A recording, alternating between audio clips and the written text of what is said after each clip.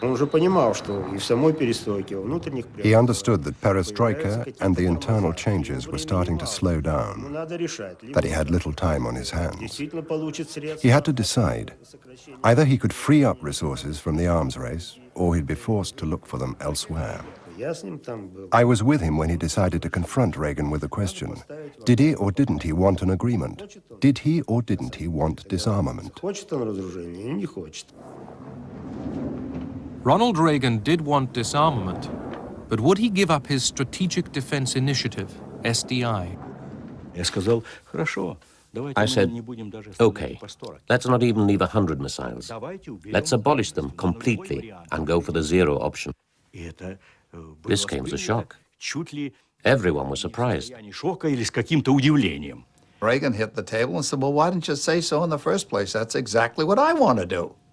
And if you want to do away with all weapons, I'll agree to do away with all weapons. All weapons, of course we'll do away with all weapons. Good. That's great. Now we have an agreement, yes. But you must confine SDI to the laboratory. No, I won't, said Reagan. No way. SDI continues. I told you that. I am never going to give up SDI.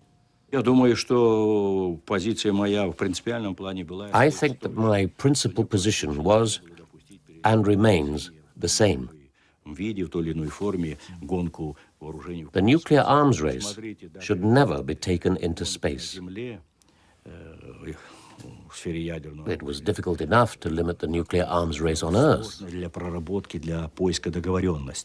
Gorbachev pressed and pressed, and at one moment, President Reagan, who was very clear in his mind about this, wrote a little note and pushed it over at me. It said, George, am I right? I read this note. I said, absolutely, and passed it back. The chance to make the most momentous agreement since the Cold War began, the elimination by the United States and the Soviet Union of all but 100 nuclear weapons each, was lost. I have never felt so sad for a person in my life as I did for Ronald Reagan. He had been at it for 2 days. He had come, as he said to me, raising his fingers, Don, we were that close to an agreement, and he wouldn't give in. But what did the Soviets think? At first glance, I would say that Reykjavik almost failed because we were unable to sign an agreement. But later, as we went to our press conference, Gorbachev and I spoke in the car, and we agreed that it was not a failure. And it was at that press conference that Gorbachev uttered a phrase which became famous, that it had been an intellectual breakthrough in relations between the United States and the Soviet Union. Ronald Reagan's friend, Margaret Thatcher, was deeply concerned. We were frankly caught quite badly by surprise when we learned that discussions were encompassing the concept of abolishing nuclear weapons altogether. That would, of course, laid waste the doctrine of nuclear deterrence, and we would have been left without the very center of our strategy. Luckily, from our point of view, the Reykjavik Agreement never came to anything because the Russians pushed their luck too far.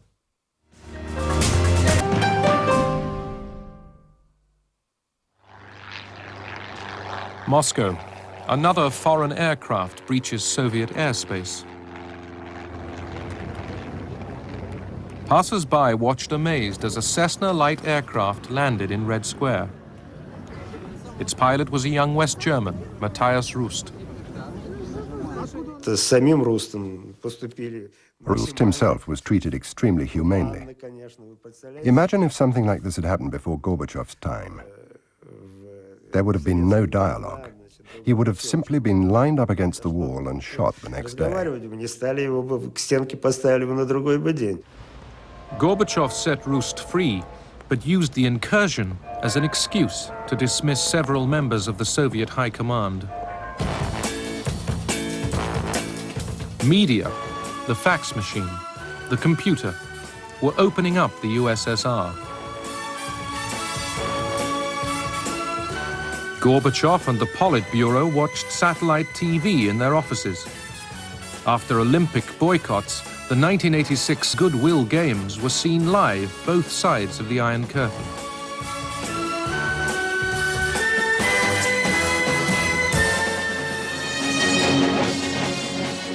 Soviet television was changing. It risked a live debate with Margaret Thatcher. So don't you think that the concept of nuclear deterrence, in fact, invites the side that believes in it to use the nuclear weapons in the end, just to prove this threat from time to time? Isn't a policy of conventional weapons, with the terrible bombs raining down, with the missiles, with the aircraft, with the submarines, with the torpedoes, with the tanks, with chemical weapons, isn't that based on the possibility of threat? I felt very embarrassed for our journalists. It was so painful to watch. At first, I was a little hurt. Then I was roaring with laughter. It was on this occasion that she made so many fans. And we're saying to anyone who dares to attack us, do not do it. You couldn't win. The result will be devastating. I think you're saying the same. I have to say that Margaret Thatcher was one of the politicians with whom it was very important to maintain a dialogue, because she was a very strong personality and a strong politician. And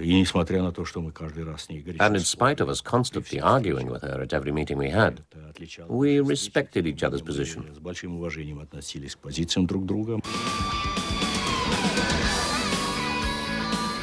Gorbachev's policy of glasnost brought pop culture out into the open.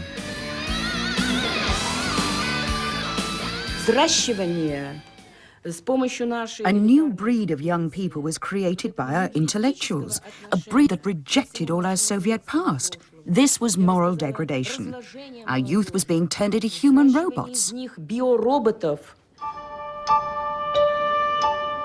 The Soviet people were being plunged into wrenching change.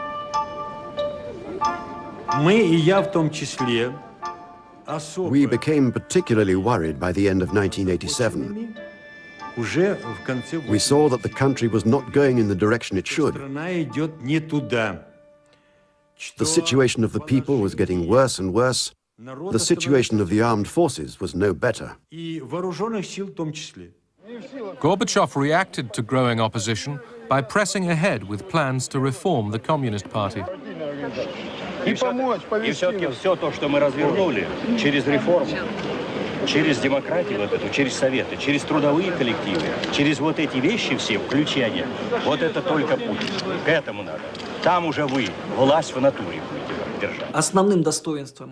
The main achievement of Gorbachev's policies was that in the space of a year or two, he made the fear disappear, as if by magic. People had lost their fear of speaking and acting freely. If I hadn't promoted the reforms, if I hadn't tried to let the people breathe freely, if I hadn't tried to open the door to glasnost and democracy, to stir the society, to get it thinking and acting, I would probably still be in my Secretary General's armchair today. I could have stayed there a lot longer, since I'm still quite young. Сидеть еще долго.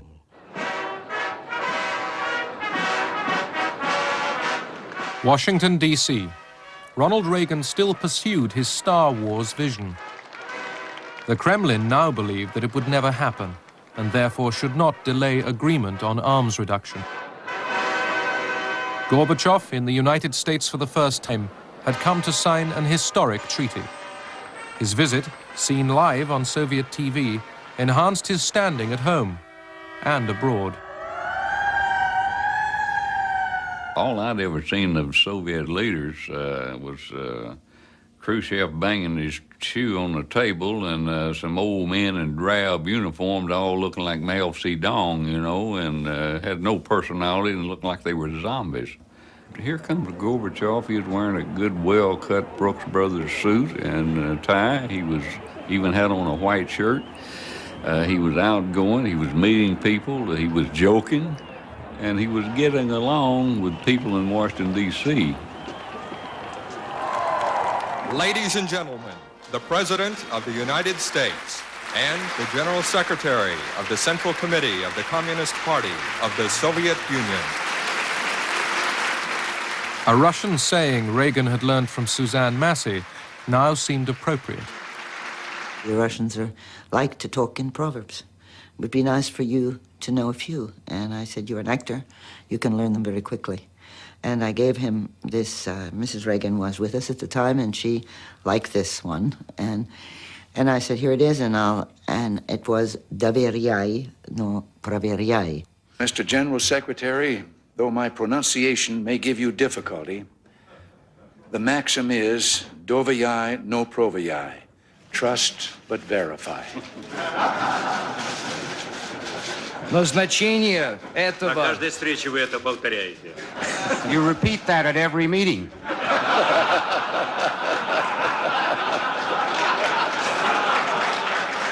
I know of no one else of a leadership stature in the United States in those days who would have moved forward as Reagan did to engage Gorbachev, to engage the Western Alliance, to truly lead the Western Alliance, and to take us through what became, of course, a very constructive, introductory period to the end of the Cold War.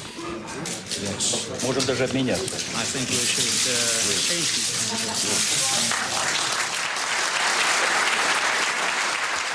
Ronald Reagan and Mikhail Gorbachev signed a far-reaching agreement. For the first time, an entire category of nuclear weapons was to be abolished.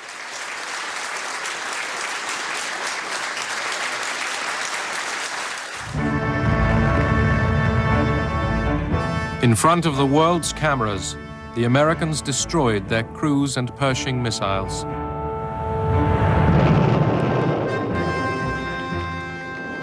The Soviets dismantled their SS-20s. In another milestone in reducing Cold War tension, inspection teams from both sides supervised the destruction.